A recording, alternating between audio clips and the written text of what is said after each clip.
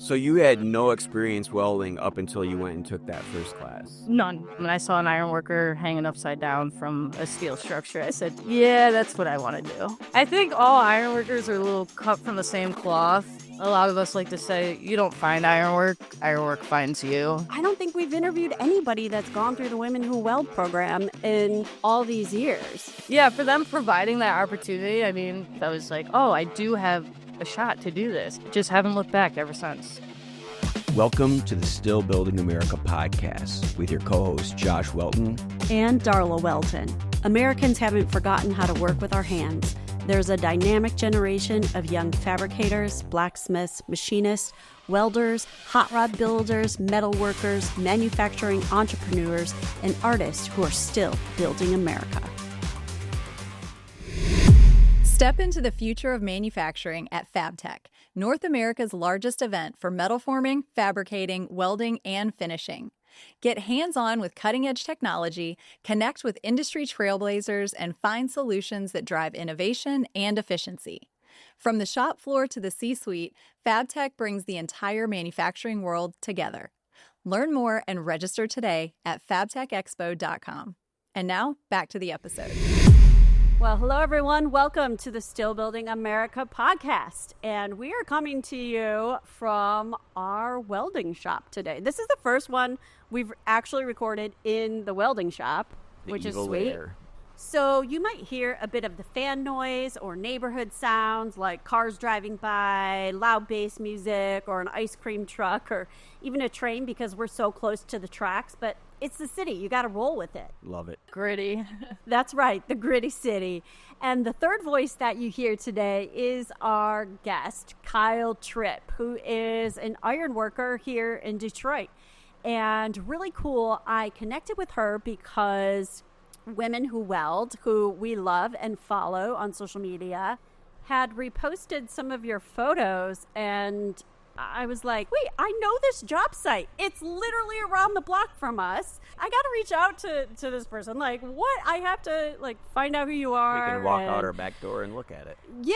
I don't think we've interviewed anybody that's gone through the Women Who Weld program in all these years. So welcome, Kyle. Thank you so much for having me. Yes. It's an honor. I'm glad to finally connect with you guys. And yeah, it was so cool. I'm so glad you reached out when I posted that picture on Instagram and you were like, oh my goodness, you're right across the street. It's so cool to see that building going up. So honestly, you can see that building if you stand out in the street here. Yes. Yep. So, I mean, I literally see you multiple times a day. Probably I've seen you out there. Yes, most Darla likely. just goes out and waves to the direction of the building. Most likely, yep. Yeah. Just look for the person hanging off the side of it, welding. Yeah. Oh there my I gosh. The pictures are so cool. So, Women Who Weld, let's start there. How did you end up in that program? Yeah, it was kind of a funny thing how it happened. I was just stuck in some dead-end jobs, didn't really have a direction or an idea what I wanted to do career-wise. And my mom ended up kind of just bugging me and was like, Kyle, you need to sign up for this welding workshop class. Like, it's just a couple hours out of your Saturday. You need to be doing this. And I guess moms know best because I ended up spending my last dollars on taking this workshop, and I'm so glad I did because it completely changed my life. What Samantha's doing with Women Who Weld is absolutely phenomenal, and just giving the opportunity for women in the area to learn welding and then seek employment in the industry, it's changed my life for the better. So I can't say enough good things about it. That's one of the things that's super cool about that is a lot of times you'll have groups that are advocates for the training, but the fact that so much of what they do leads directly to employment is so I ended awesome. up taking that day workshop, which led into an opportunity to apply for a 6-week crash course in welding. And through that, the stipulation was you will have a job in the industry by the end of that 6 weeks. And that program through Women Who Weld had 100% success rate. Yes, yeah, that was one of their programs. Yep. Okay. I don't think they do the 6-week intensive course anymore. I think they have it kind of dialed into maybe like a week or so. Okay. I'm not sure exactly what they have going on, but yeah, through that, there was a portion where she kind of explains different jobs you can get into with welding and warehouses or shops or plants, car plants, and then she did a quick slideshow of the different trades. And I saw an iron worker hanging upside down from a steel structure. I said, yeah, that's what I want to do. That's awesome. That'll fit.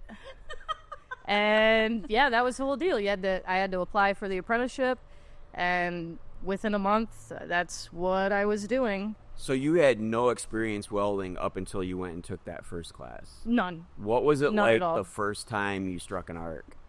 Oh, it was exhilarating. I was like, this is so cool, you know? And then they came around, they're like, have you done this before? I'm like, no, I never have. And they're like, well, you should. I was like, okay, cool. That's what you want to hear. Yeah. You're like, I It have was found awesome. myself. Yeah, for them providing that opportunity. I mean, you know, I've always like seen welders and been like, oh, that's cool. I'd like to try that out. But until the opportunity came, you know, across my path, I was like, oh, I do have a shot to do this. I do have a chance somewhere I could, you know, try this out, and just haven't looked back ever since. So, Wow. awesome. Wow. So you got into the Ironworkers Union then, and what was that like? What was the apprenticeship experience like for you? oh my goodness, scary going in, I guess. You know, I didn't know what to expect. And then, like I said, I just kind of rolled right into it without looking back. And, you know, having all the confidence from women who weld to just keep blazing through and just keep going. And it's definitely not for the weak-hearted. And even getting in, everyone's asking me like, oh, you know, you got family in the trade, or, you know, who do you know? I'm like, I've never even heard of ironwork, you know, until 2 months ago. I didn't even know this was a job. And then all of a sudden I'm doing it. So it was kind of like I wouldn't say fake it till you make it, but you kind of got to just jump right in and not look back. It is crazy how many people in the trades are second, third, fourth, fifth generation. Yes. And I think that's one of the things for a long time, and I'm completely pro labor, pro union, but they've kind of controlled the apprenticeships, and it has been, you get in only if you know somebody. Yeah. And when you do that for long enough, then people just think that those jobs aren't attainable for them. And that's one of the things that's, I think is been changing a little bit recently, and it needs to change, because like you said, you see welding, you're like, that's cool, but you don't have any concept of what it's going to take to do something like that. And Yeah, the absolutely. more you like that stuff's out there, I think people need to realize, like, that looks cool, maybe I should dig into that a little bit more. Yeah, I've even noticed like just the push for the trades in general recently. You'd love to see it. I think when I was going through high school, I don't even remember like shop classes being offered as maybe readily available as now, which I'd again love The to cycle's love to definitely see. coming back to where there's more of that. Yeah, available. there's such a demand for all the trades, you know, because college was just pushed so heavy at the time, and I felt like I was the only one not applying to college and didn't have any idea what I wanted to do. I wish there was just more of the push for the trades at that time, because the only regret I have is not joining sooner. Yep. Yeah.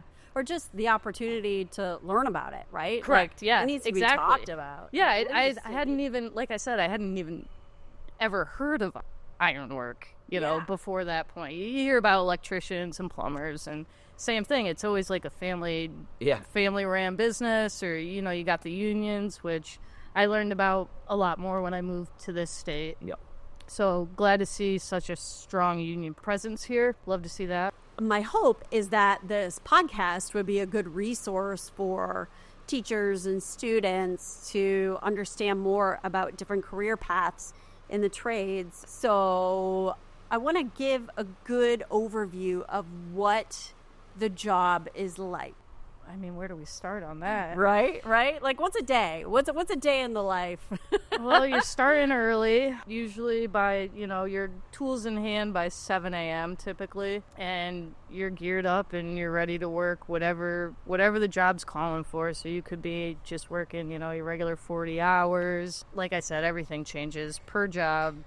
Or you could be working 6/10s, or... When you say so geared up, you're like whatever you're going to be using in that day's work, you just got ready, or you got your Well, typically, yeah, you're gonna need your harness on. Well, yeah, I guess depending on the job, but you're typically geared up in your harness with your tool belt. That's about 40 pounds right there on you that you're walking around with all day. You got your welding hood. You're in your welding jacket. So the summer days get pretty hot. You're just kind of getting after whatever needs done. And I think that's one thing I really love about the trade is that it's always something different or something What new. are a couple of examples of jobs that you've done? Like job sites or like like tasks, job sites and tasks. Like, okay, one day I'll come in and I'm welding up stringers, welding up some stairs, making sure those are locked in, level, and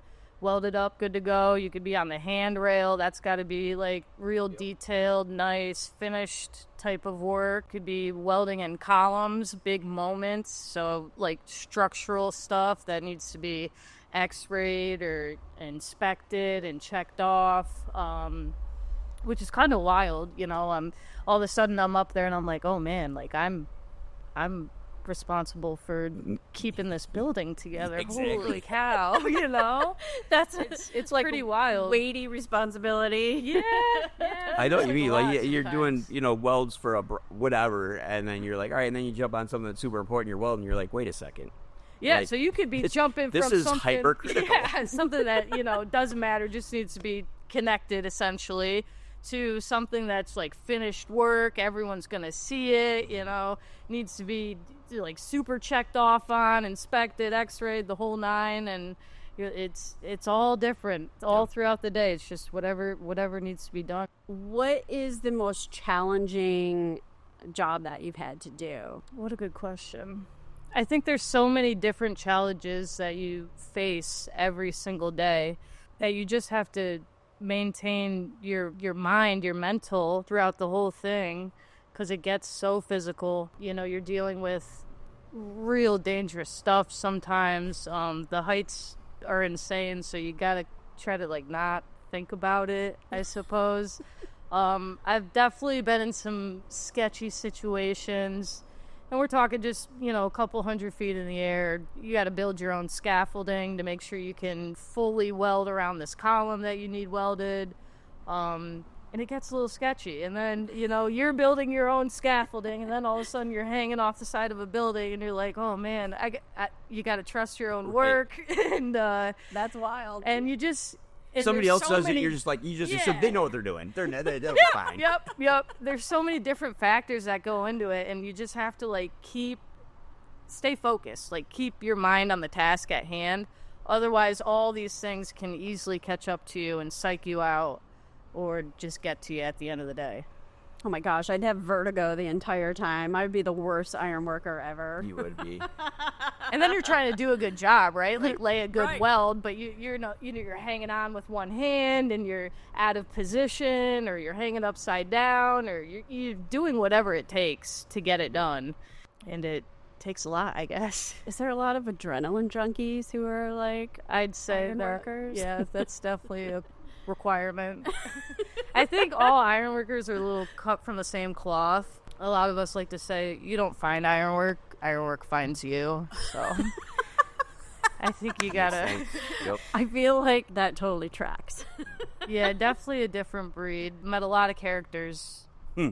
Oh, a I lot of bet. characters. I bet. There's the whole blue collar world, right? And then I'd say there's a subsect of the iron workers. You can honestly identify them right away. It's like, oh, that's an iron worker over there, There's definitely a real overwhelming sense of pride in the work. Like you said, a lot of that is attached to how dangerous and how challenging the environment is. So that probably comes into play, right? Like, yeah, I'm welding, but I'm hanging off the side of a, incomplete Skyscraper. structure. Yeah, skyscraper or whatever. What's the tallest building that you've worked on so The far? Hudson's building. Oh, you did? Yep, I was on top of the Hudson's building. Did some welds on the very top floor, or even the beams that are up on the roof up there. So was there for the whole top out and everything. That was very, very cool. That was definitely the best view I've had Oh my since being in the gosh. trade, for sure. Have you ever had the desire to like go to a big city and work on like just insanely tall stuff? Yeah, absolutely. Yeah, once you get up there, you're like, oh, cool. How far can I push this? Yeah. You just want to keep chasing it a little bit. Wow. Oh my gosh, that would so not be me. No, or your brothers. Or my brother. No. Either of your definitely not. brothers. Yeah. Her older brother's a millwright, but he's secretly not so secretly scared of heights. Basically, we were both millwrights, just in different plants. Okay.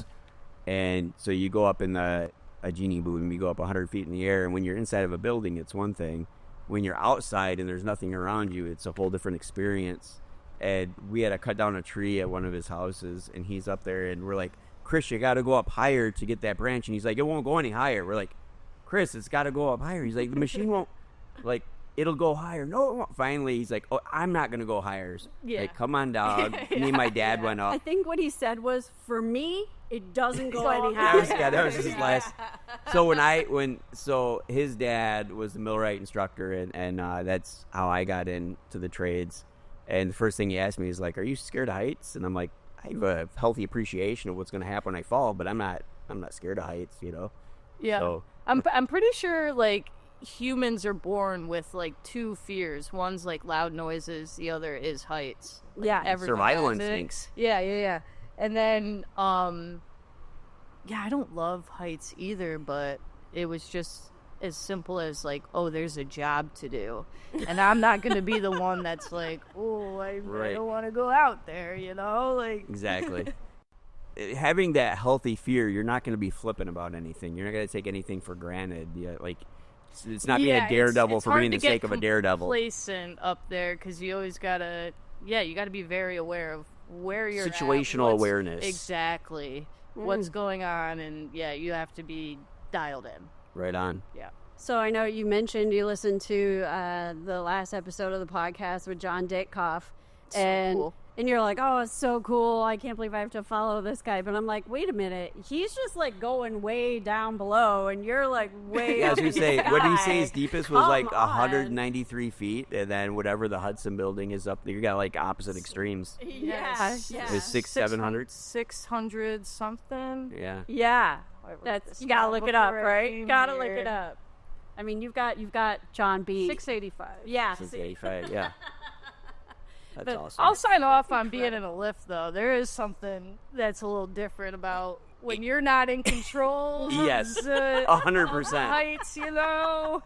It's like my knees start shaking a little bit when you take those things all the way up. Start swaying a little bit. Like, Yeah. ooh, okay. So I've seen, because literally, I mean, I've been watching both of these job sites on like either side of the Lodge Freeway here. Yeah. Like, I see people going up and like they're lifting people up in the crane and they're in the bucket. oh, in the basket? Yeah. And I'm like, oh my gosh, like my knees are weak while I'm just like driving by. I don't think that would bother me, actually. it Something sounds about kinda those cool. lifts, though. Yeah, The yeah. ground. It's and different then- when it's like a crane and it's picking you up versus something that's like pushing you up I'll into trust the that sky. crane all day. Wobbly. They do get a Yeah, little I'll trust that crane, and then I'll trust myself on the iron, you know? 100%. What is the main type of welding that you do? Structural welding, I'd say. So a lot of stick welding and flux core welding, mostly. Are you doing fit up and things like that, or is that usually done and then you're going up there and just finish welding everything? Yeah, sometimes. Depends how they have the crews broken up and how many people we have on the job site for whatever tasks that are going on. If we're pretty good at manned up, then they'll have like sometimes I'll be blessed with having a crew going through and fitting up and doing all that. That's the life. Oh man, that's the Especially if gravy they're good at train. it. Oh yeah. One of my To worst. be under the hood for the whole 10 Exactly. hours is ideal. 100%. You know? Yep. Especially if I have a crew coming behind me and grinding everything too. Oh, Oh, nice. yeah. being spoiled right princess there. treatment, you know? I love that. I love it. Yeah, I love all the memes, and it's like the welder that hops out of his truck, and somebody's there to like give him his coffee and his Put cape, like take his everything in the cape, hand. yeah, Yep. put the helmet on, and yeah, Oh yeah, that's the dream. Well, I think it's really fun because I was messing around trying to get our microphone set up out here in the shop, and we were already doing some TIG welding today. yeah, I know. Yes. Well, Kyle mentioned that she hadn't done any TIG welding, so I was like, well, we're in the shop. Let's go. So Oh, yeah, I was chomping at the bit. Yeah, she yeah. did great. She did great. She's gonna come over, hang out a few more times, and Oh, I would she'll love be to. what was the first TIG experience? How would you rate it? 10 out of 10.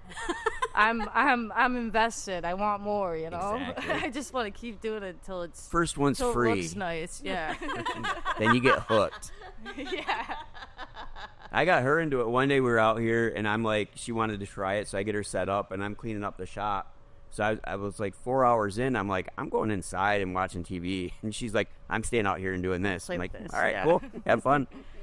I get it. I'm pretty picky, so like, and you know, I feel like you gotta be. Your name's on it. Like 100%. That's your Every weld's your resume. signature. Your last weld is like that's your resume. You know, you're only as good as your last job. So I like to. I take a lot of pride and care in that. Yes. I know a lot of people who have the physical talents, but they do not take. Man, I'll get that picky. extra step. Yeah, I'll get. That's what I get yelled at the most by foremen. It's like Taking "You're too long and- long. yup. You know, I'm like, it's not perfect. I don't like it. You know, I don't want to put my name on this. They're like, it doesn't matter. It's getting covered up. Move along. Yep. It'll hold. That's a great weld. That's what I never did production welding, and even now at the prototype shop, like they do want something in a hurry. I'm like, you can have that person do it, but then I'm gonna be me or somebody else is gonna be redoing it Right. again later. So just Right. patience. Take the time. to get it done right, Yup. and we'll be Do good to it go. right the first time, and Yep. then it's done Exactly. correctly. As somebody who's not welding on military prototype vehicles or on structural things, I appreciate those who take the time to do it right. Yeah, 100%. I mean, it's Time very, at the end of the day. especially if you're doing something that's not being inspected or x-rayed. It's really easy to hide stuff if you're a shitbag. Yeah, It just is. You need to have that personal, like, okay, something got in there, I need to clean that out. Right. Like that porosity, I got to grind it out, or I got to grind that out. And a lot of people just don't have that extra whatever it is in them, and that gets dangerous. So you want to. It's really no matter if it's something important or something not important. Like that's a habit. That's something that is like a reflex. It should be a reflex as a worker. Right. It's like you want that coming out, and you want it right. Right. Yeah, seems Exactly. like such a simple thing, but that's Yeah, you make that your own standard across the board, You might and then not- you're getting the calls for the work, 100%. and you know, like you can trust your work. And you might not be the most talented person, or you might not be the most, the most experienced, but if you have that mindset, it doesn't matter. Like that's the equalizer. Attention to detail and doing the job right is kind of the equalizer Right. when it comes to that. I agree. Yeah. Josh did a story on this guy who was building, he did a lot of ironwork on stadiums. And Yeah. That guy was awesome. Yeah. And he worked at the, He's a Tennessee football fan. yeah, from he's- Tennessee. Yeah, so I he's think they just did the stadium down there, or they're oh, maybe. Well, this was But he was working on a different college stadium. Okay. I think he was like in Wasn't it Alabama? Yeah. Okay. And so he welded like They were a putting up beam. scoreboards, big Yeah. scoreboards. So Yeah, very cool. these steel girders they were using, he welded on the Tennessee logo He on wrote, it. he wrote "Go Vols." Oh, very cool. Very cool. And then he took a picture of it, and it kind of went viral because the Tennessee fan doing that at the Alabama Stadium, and that was Oh, that's so. Yeah, It's so that's funny. awesome. Yeah, That's awesome. Yeah. So have you ever left anything? Yeah, of course I have. I love it so much. Of course I have. I did the scoreboard at U of M, Oh, you did. Yeah. Sick. That's so cool. I might have left my initials up there on that one. But that's awesome. you did. That's really cool. I love it. Right? Like who's ever gonna see it? But yeah, that one was cool. Then it's like it was the dead of winter too, and then it's so cool to see the big house just empty, and then we'd have like a nice light snow cover. It was gorgeous. just beautiful. Wind rips through that place. Cold Oh snow. my goodness, it was miserable. But I remember seeing like just this nice light blanket of snow, and you're in the big house. I mean, it's so cool, especially when it's completely empty. But the block M on the field is heated. So that block M stays on that field even with all the snow, everything. I was like, you get to see like little inside stuff like that, and I'm like, oh man, that's really cool. Are you still wanting to go to Alaska? Yeah, I just booked a trip for September, actually. Yeah, nice. Yep, it'll be like my 6th visit there. Really? I think. Yeah, I can't stop going.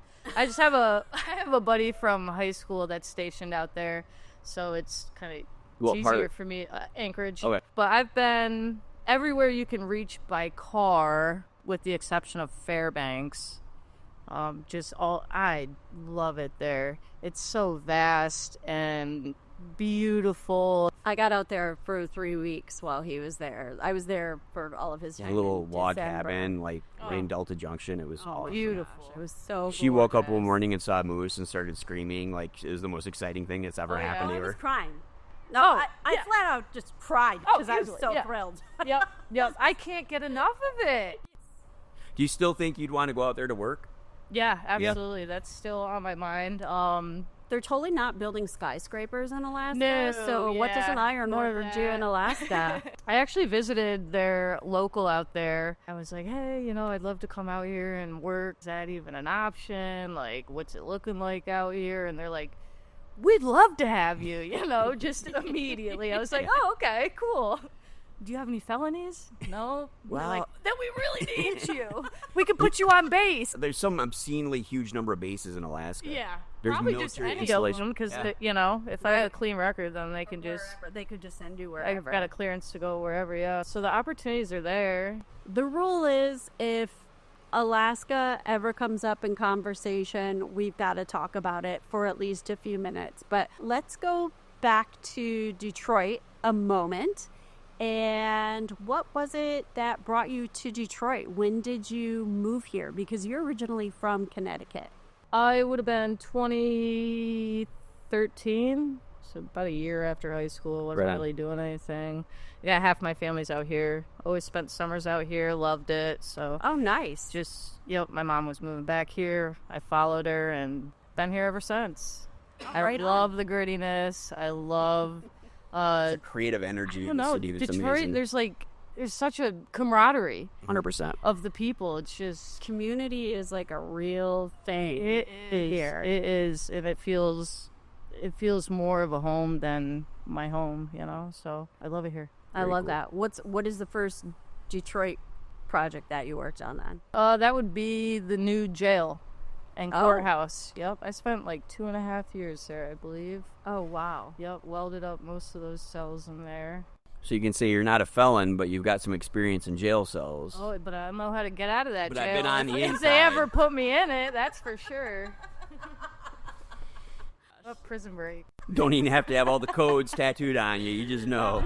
Yeah, it started to play with my head a little bit. You're spending 10 hours in jail. I mean, you get to go home at the end of the night, but yeah, it was kind of wild. Once we got the beds in the cells and everything, breaks got cool. Everyone's taking Chill a out. nap in the cells, and then you can tell who's been to jail and who hasn't because They just act a there's little some that differently. would never go in the cells and never lay on those beds. You're like, I'm not doing that again.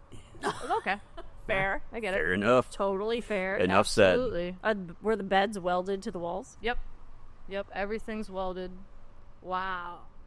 Do you put your name in for the job, or do they ask you for, like, do you want to do this particular thing, or? So we operate a little different. The ironworkers can solicit their own work, so it kind of can become a game of networking. And Gotcha. like I said, you're only as good as your last job. So through proving yourself and your quality of your work and who you know and the kind of person you are, working well with others, taking direction, be able to problem solve stuff, and kind of just word of mouth, you know. So you can take your tools, go to the next one.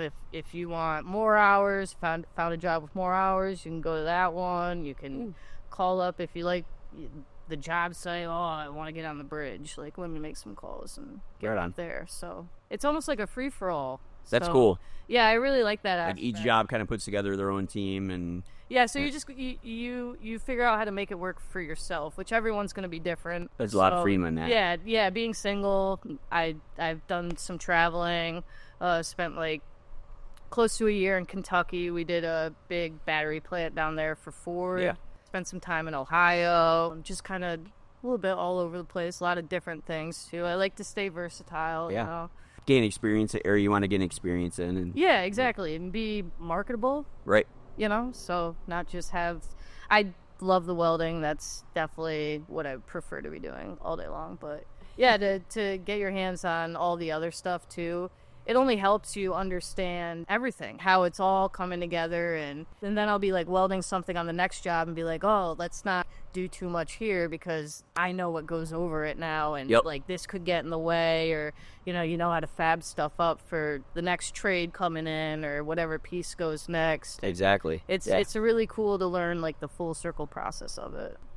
That awesome. is really cool. Oh, yeah. I mean, being an ironworker, you would be either working alongside or prepping for the next tradespeople to come in. That's right. really And I cool. definitely have the mentality of we're all here trying to build this same, we have the same end product in mind, right? So, like, why wouldn't you want to, like, we're all working together. We're all different trades, and there can be some animosity there, but we all have the same angle. So it's like, set up the next person, again, for caring about your craft and taking pride in your work and making sure it's set up nicely for the job to go smoothly after you. So it looks like the ironwork at the hospital complex and research center is wrapping up. So what is next? Or even where do you see yourself in 4 to 5 years? Still welding. I know that much. And I mean, I absolutely love it. Whatever keeps me under the hood, anything that involves it, I guess. Like, yeah, just having that itch for learning. There's always something to learn, you know, or something to, I can't say perfect because you're never going to be perfect. There's always things to dial in and get better at. You're pushing yourself. Yeah. Pushing your skill base, your talent. Yeah, there's always something more to learn or someone to teach you something you didn't consider or whatever. So I just love to do underwater welding. Yeah. I went all the way up. Now I want to go. Want to go down. Yeah. Complete the circle. Yeah, there should be like some kind of record for like you get on top of a skyscraper and then you go down, 900 feet or something like that. Would be kind of cool. That'd be a cool thing to shoot for. Yeah, best of both worlds. Both of my parents were divers too, so. Oh, really? Right on. Yeah. No way. That's wild. Yeah. I kind of got that itch to get in the water a little bit. My dad's in the Coast Guard. Was in the Coast Guard. I think both my parents were wreck divers. That's how they. Okay, so listen to this story. My dad was wreck diving, and this was out on the East Coast. And he was wreck diving after a storm, and he was checking out the shipwreck and whatever. Him and his buddies are exploring the shipwreck down under, and he ends up on his way back up. He finds this dead body. Okay, he finds the captain of the ship, and my mom was a cadaver diver, so they met because that was the body that my mom was looking for. Wow. Yeah, kind of wild. Met over a dead body. You don't get that one too often. That's sweet. My mom was the first female cadaver diver in Detroit. But yeah, that's how they ended up meeting. Kind of wild. That is really wild. Yep. Wow. I love that story. I know. I love that story too. Can I tell it as my own now? I know. It doesn't seem real. It's like what I'd use on Two Truths and a Lie, you know? Oh, that would be the ultimate. It's like, wait, wild. That's too wild to be true, but does that make it true? So have you been diving at all? Probably. I have not. Nothing outside of like snorkeling, you know? Yeah, I haven't geared up and gotten in the water yet or anything. With John then. I know, man. That episode was so fun to listen to. Yeah. And my love for Alaska and all the stories he had and the underwater diving. Yep. Yeah, you definitely need to do it. Kyle, what advice would you give to anyone who's in a similar position like you were before you took that first woman who weld class, not really sure what you wanted to do? Maybe advice for someone who's interested in the trades but not really feeling confident? You can do it. Like, as simple as that. I feel like I've dealt with like a lot of imposter syndrome throughout my journey in ironwork, just being a female and in a very male-dominated trade. A lot of times I caught myself doubting myself or, second-guessing something or my abilities or my skills. And I think that I could have just gotten rid of all of that. I think being a female, too, you want to do it better. You want to do it faster. You want to, you have to, like, in a way, it feels like you have to outwork the men, to really earn your place. But just, you can do it. All those times that I doubted myself, I could have just gotten rid of all of that and just, keep moving forward. And imposter syndrome is not something that, like, a female or somebody that's a minority in a system deals with. Like, I've dealt with that so many times where it's like, what am I doing here? Do I even belong here? Yeah. And you just gotta kind of trust yourself in what you do and go for it. And if you are one of those people who's an imposter, it's gonna be found out real quick. You're not gonna last. So if you're like thinking you're in like your 10th year or your 5th year and you're like, no, you're not. You've already made it that far. You're not an imposter. Yeah, it's like taking the step back and being like, okay, what have I done? Like, you asked me, what jobs have you worked on? And, what are some of the things you've seen and done? And it's like, oh, man. It's a long list, right? I've been doing this. Yeah. I've been doing this, Yeah. Which is so cool. And I think before we started recording even, you were talking about how even since you started your apprenticeship, like how many more women are getting into ironworking now? Oh, so many more. I remember when I was in the apprenticeship, there were maybe 2 or 3 other women that I knew about that were, around the same time going in. The last time I walked into the school to redo a weld test or whatever I had to do, there were, 10 women in class, just in the shop, in the school. And like at that, I couldn't, just cool. To see that is so insane. And if you think about it, you set the precedent for that group of women. That's crazy to think about, too. Someone, saw me and were like, okay, yeah, I could probably do this. Yeah. Wow, I never thought of that. Yeah. And it's a momentum. Awesome. It starts with, the littlest thing, and then it grows and it grows. And now somebody's going to walk in, and now there's 10 times the opportunity for someone to see, like, oh, hey, that so person's, cool. Yeah, even on the research center, the Henry Ford Research Center across the way there, the 2 main welders were me and another woman, Hoke, in our local. So we were the welders out there. Right on. I feel like you shared a picture that it was multiple women. Oh yeah. I was like, oh, that's so cool. On the jail, there ended up being 4 of us on the welding gang. Yep. Yeah. I don't think I'll ever see that again. It just happened that way, and we all kind of just popped up there. But yeah, that was something really cool, really right special. On. I love that. I love that you are a real life example of women really being able to do whatever type of work, whatever type of job, have whatever type of career they want. Different trades, you have different stigmas, but like ironworking, it's like a masculine name almost. Like it's something that can be really intimidating, not knowing like, oh, ironworking, like what am I getting into? Like, when people ask, oh, what do you do? I'm like, I'm an iron worker, because it's just like almost not believable in a way. It's like saying, I'm a superhero. Like, what is that? Yeah. And then I'll just show them a picture. They'd be like, oh, holy shit, I'm like, yeah, I guess that's what I'm doing all day. It's crazy, I know. Now that we're here talking about it, I can't believe it either, but... That's awesome. Oh, that's so good. I love it. Yeah, a little of that imposter syndrome, but then it's like, just talking, be like, you're doing it, girl. I'm like, yeah, I'm doing it. That's awesome. Well, Kyle, thank you so much for joining us. This has been so fun.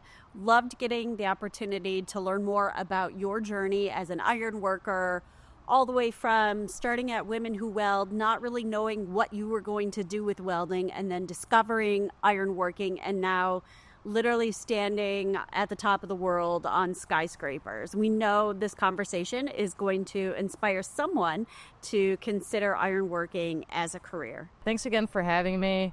What you guys do is so cool.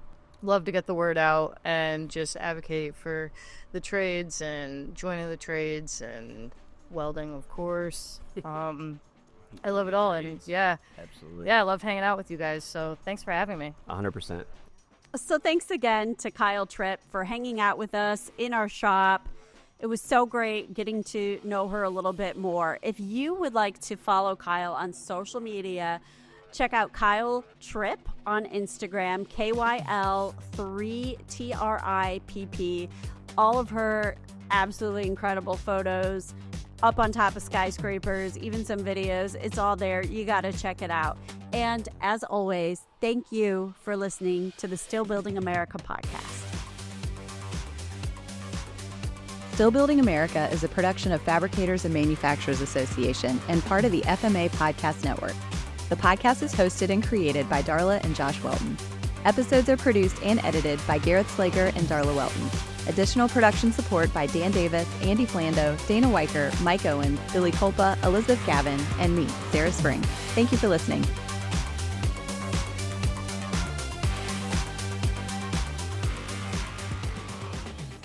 10 out of 10. I'm invested. I want more,